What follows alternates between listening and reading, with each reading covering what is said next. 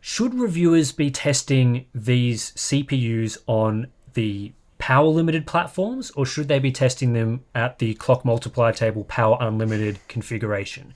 Because there's always a lot of discussion around this as to which way is sort of the correct way to be testing. And obviously, if you test one, you're going to not be showing the performance you may be getting in the other configuration.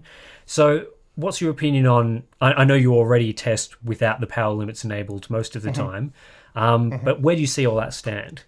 I think I'd start by saying there is no right or wrong answer because they are both in spec. So there's that to begin with.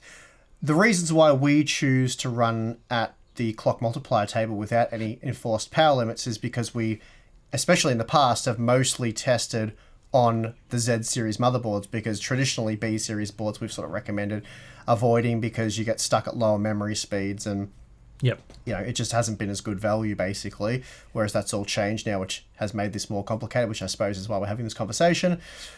But with Z590 motherboards, take Z490, for example, almost all of the boards ran without the power limits. So we thought, in almost all instances when we're testing these boards, we will be going and manually changing all the power limits, and that's actually a more complicated process than going the other way. So you have to make sure that everything is set correctly to run at that Intel base specification or their guidance or whatever you want to call it.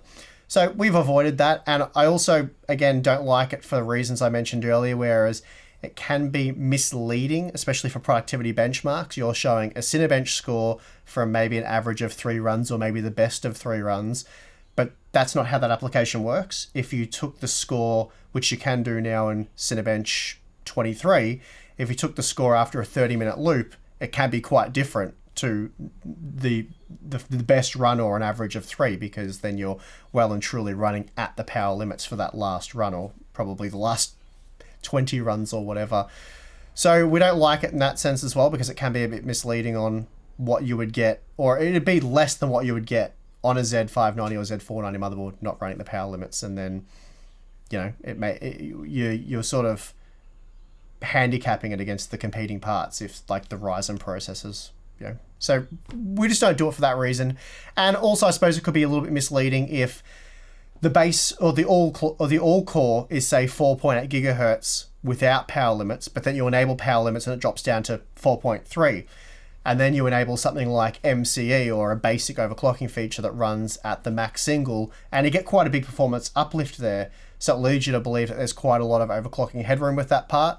But when you take it out of the box, put it on the motherboard, it turns out there's only a very small amount of overclocking headroom. So that can change what you think you need to build into the equation in terms of cooling overhead and all that sort of stuff. But anyway, it's basically, we just thought this is how they perform out of the box on most boards, so that's what we want to show our audience. And we're not really interested in doing an OEM spec review, because we're not reviewing Dell and HP systems. We're reviewing parts because you guys are going to buy those parts and build your own computer.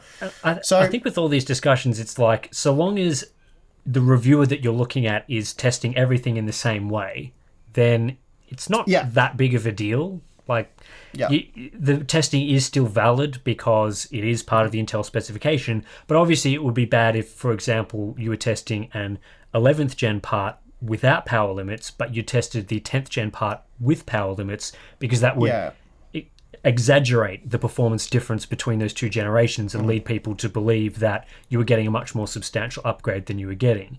I think there has been some instances potentially with Intel's own internal benchmarks that they kind of show in our press events, where I believe someone discovered one instance where they had done that exact thing, which obviously makes their platform look a lot better. But yeah, so long as you're testing, the sort of everything in a consistent manner, it tends to be fine. But I guess it does bring up, now that we know that B560 motherboards do run with power limits in a lot of instances, it does open the opportunity for, say, follow-up content. Sort of like we were talking about with the NVIDIA driver overhead issue, where people were saying, oh, well, you need to test in this way in your day one reviews.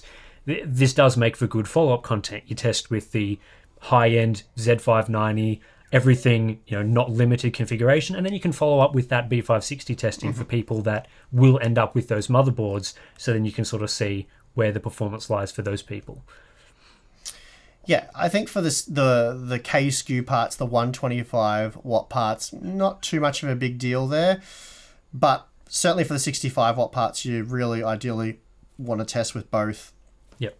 the TDP and the clock multiplier performance, because it does vary so much that the there's no right or wrong, but the ideal answer would be to test both ways.